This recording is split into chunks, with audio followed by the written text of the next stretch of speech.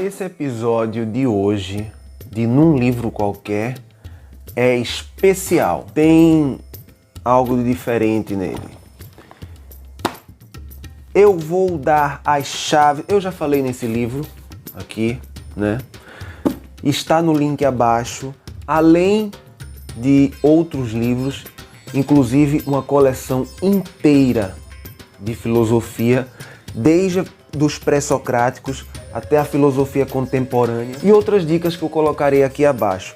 Mas hoje eu tratarei mais especialmente sobre este livro e sobre alguns conceitos que devem ser conhecidos e tratados antes de a gente chegar nas questões desse livro. A cunha na vinheta!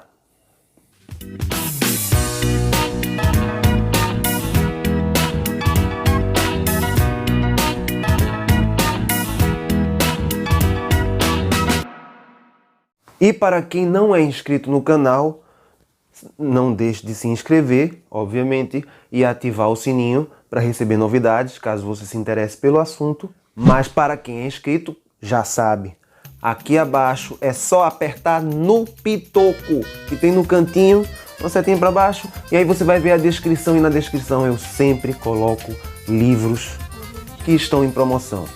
No Amazon, porque geralmente é onde eu encontro mais promoções de livro eletrônico. Eu tenho comprado muito livro eletrônico por conta da pandemia. Não estamos podendo sair como saímos antes, então enfim. E aqui no Unlimited você tem uma coleção inteira no curso de filosofia, que eu vou colocar aqui ao lado. Um deles é esse aqui, que era o que eu estava lendo hoje. Esse é o volume 4, mas há vários outros. E esse livro tem as chaves do castelo, são o seguinte: ele faz parte de uma trilogia de livros, que um deles é Sapiens, tá ali, eu não sei se vocês estão vendo, eu não sei, vou tentar dar um zoom, fazer qualquer coisa. Sapiens, tá ali, que conta a história. Na verdade ele é um historiador, então filósofo, se eu não me engano historiador também, mas mais filósofo. Veja só, eu vou começar com um tom crítico, não pensem que eu vou ser crítico ao cara, calma. Eu vou só assumir papéis, certo? Aí eu fui e risquei aqui, né? Porque ele falou assim: o dataísmo está entrincheirado firmemente em suas disciplinas mãe, a ciência da computação e a biologia. Das duas, a biologia é a mais importante. Foi o desenvolvimento do dataísmo na biologia que transformou...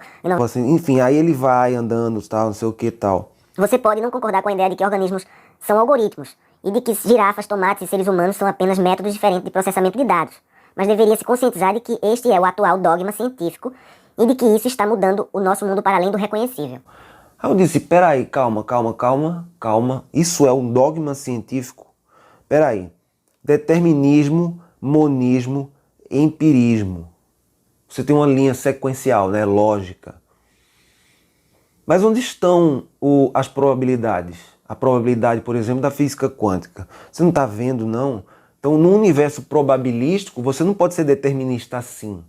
Então, eu sei, eu entendi depois. Quando eu li, aí, por isso. Mas na hora eu fiquei com raiva, porque eu olhei assim e disse: você não pode ser determinista assim, dizer que o dataísmo é o dogma da ciência, porque cada cientista tem sua subjetividade. Então você não vai chegar e dizer é um dogma científico. Porque, por exemplo, a física diz uma coisa, a neurociência vai dizer outra coisa, vai ter uns subcampos e mais subcampos e mais subcampos. Aí você tem um universo de probabilidades, então. Só que aí as chaves do castelo estavam no final. E eu não vou dar spoiler. É engraçado, sabe o que é interessante? É o seguinte: eu vou fazer aqui perguntas que ele, na verdade, ele fez afirmações. E aí eu fiz perguntas em cima dessas afirmações. Só que aí depois ele mesmo faz perguntas. E pasmem, são as mesmas perguntas que eu fiz quando eu achava que ele estava fazendo afirmações. Que é o seguinte: 1. A ciência está convergindo para um dogma que abrange tudo e diz que organismos são algoritmos e vida, processamento de dados. Vide Matrix, vide os filmes, vide essa coisa toda, tal, não sei o que, enfim, tudo, né? Aí eu faço a pergunta, a ciência está mesmo fazendo isso, né? Será que, assim, os algoritmos são tão, assim, será que o algoritmo seria mais inteligente do que o ser humano que o criou? Porque se o ser humano é incapaz de saber a separação entre corpo e mente e determinar o que é mente, como é que um algoritmo faria isso por ele, se o algoritmo não teria essa referência? A não ser que o algoritmo tivesse um espírito. Senão, enquanto o humano não tiver uma resposta para isso, nenhum algoritmo vai ter essa resposta, porque o algoritmo só vai fazer combinação de dados e vai chegar a respostas sintéticas, sempre tendendo ao infinito, porque um algoritmo ele pode se renovar, enfim, a gente não sabe até que ponto vai um algoritmo e até que ponto vai um infinito também, a gente não sabe. Mas o que a gente sabe é que, enfim, fazendo um paralelismo com, se a gente não é capaz de separar o problema mente e corpo, como é que um algoritmo, se a gente não tem a resposta para isso, um algoritmo não vai ter? E aí a resposta ele veio com pergunta, será que hoje os organismos são apenas algoritmos e a vida é apenas um processamento de dados? Foi a pergunta que eu mesmo fiz, aí ele mesmo faz. Aí eu disse, porra, foi mal, velho. Aí vem a segunda, né? A inteligência está se desacoplando da consciência. Aí ele responde, o que é mais valioso, a inteligência ou a consciência? E aí eu faço a pergunta, está mesmo a inteligência desacoplando? Fala muito inteligência artificial, tá, tudo mais. Mas a gente... É porque esse livro foi escrito antes da pandemia, né? Então faltou um dado aí, que é um dado que não está nos algoritmos. Agora já está, né? Mas não estava na época. Que é a pandemia.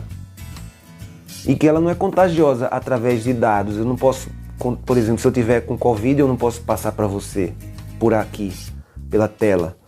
Eu preciso de um organismo vivo para passar essa informação de DNA de um para outro. Ou seja, nem tudo são algoritmos. Né? E ele diz que nem tudo são algoritmos no fim das contas. Ele fica duvidoso na pergunta. Não, eu afirmo, nem tudo são algoritmos. Eu faço a afirmação. 3. Algoritmos não conscientes, mas altamente inteligentes, poderão, em breve, nos conhecer melhor do que nós mesmos. E aí ele mesmo vai fazer essa questão. O que vai acontecer à sociedade, aos políticos e à vida cotidiana quando algoritmos não conscientes, mas altamente inteligentes nos conhecerem melhor do que nós nos conhecemos? Veja que pergunta, veja só. Veja o que ele perguntou. Vou perguntar mais uma vez. O que vai acontecer à sociedade, aos políticos e à vida cotidiana quando algoritmos, ou seja, ele conhece minhas digitais, né? Algoritmo. Aí eu vou, passo página, faço um monte de coisa, algoritmo. O que vai acontecer quando os algoritmos, mesmo se fosse holograma aqui, tudo, tal, falasse comigo, oi, tudo bom? Oi, como vai? Né? Mesmo considerando tudo isso, presta atenção na pergunta. O que vai acontecer à sociedade quando os algoritmos não conscientes, mas altamente inteligentes, nos conhecerem melhor do que nós nos conhecemos? Se nós não nos conhecemos, nós não produzimos o conhecimento para fornecer ao algoritmo, por mais inteligente que ele seja, que ele possa fazer uma síntese sobre o que seja conhecimento humano. Por quê? Porque eu não forneci essa informação.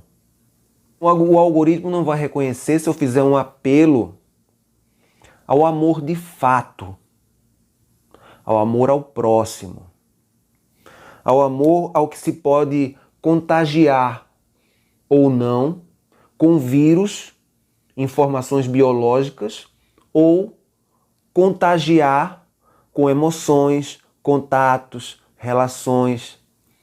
Tudo isso não existe nenhum algoritmo que seja capaz de processar.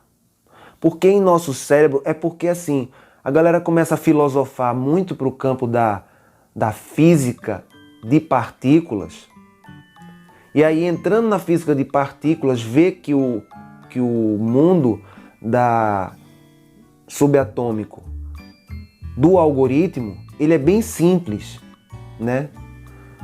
Ele leva simplesmente cargas positivas ou negativas de partículas muito elementares. E aí o que acontece? Faz-se essa relação muito fácil entre a física, por exemplo, né, de partículas e algoritmos. Só que, se você chegar para um neurocientista, o neurocientista ele vai dizer que uma sinapse, por exemplo, um processo sináptico, se você for analisar ele em níveis quânticos, de mecânica quântica, você vai perceber que ele não tem nada a ver com algoritmos.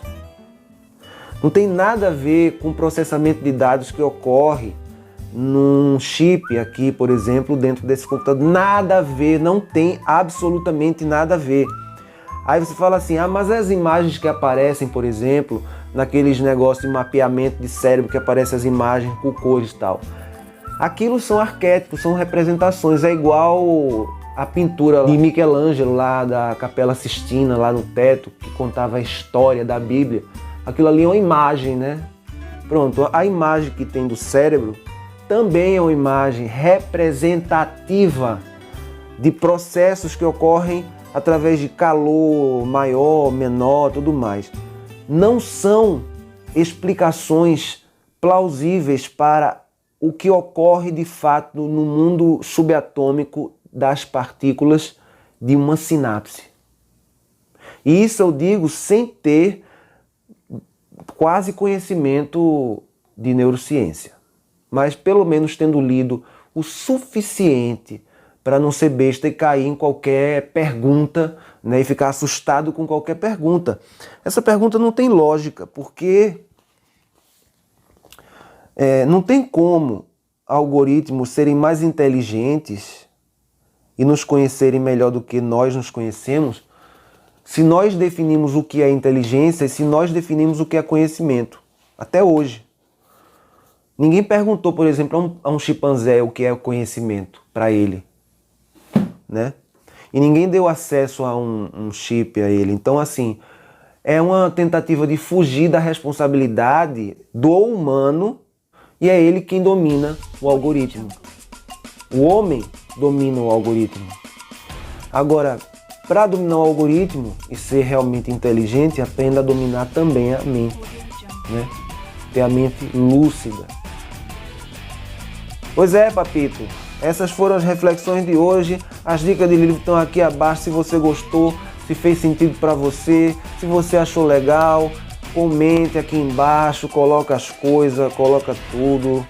E vamos lá, fazer uma tela finalzinha, né? O que eu faço aqui, tela final? Porra, não fecha? Aí pode botar música de fundo, a porra toda. Bota aí, música de fundo. Tela, câmera. Sem microfone, aí vai ficar tipo uma câmera dupla. Vou mostrar assim. Eu vou fazer como é que é? Aqui assim, ó, gravando junto, né? Eu mesmo, eu me vendo eu mesmo na câmera. Olha só o efeito. A câmera tá velha, tá suja. Fazer umas brincadeirinhas de efeito, mas é tudo coisa velharia aí. Não, mas tem coisa que é útil, que a gente aproveita depois. Aqui é o quarto da bagunça. Né? Um beijo, não sei, beijo pra câmera 1 ou pra câmera 2. Beijo. Falou, até a próxima. É nóis.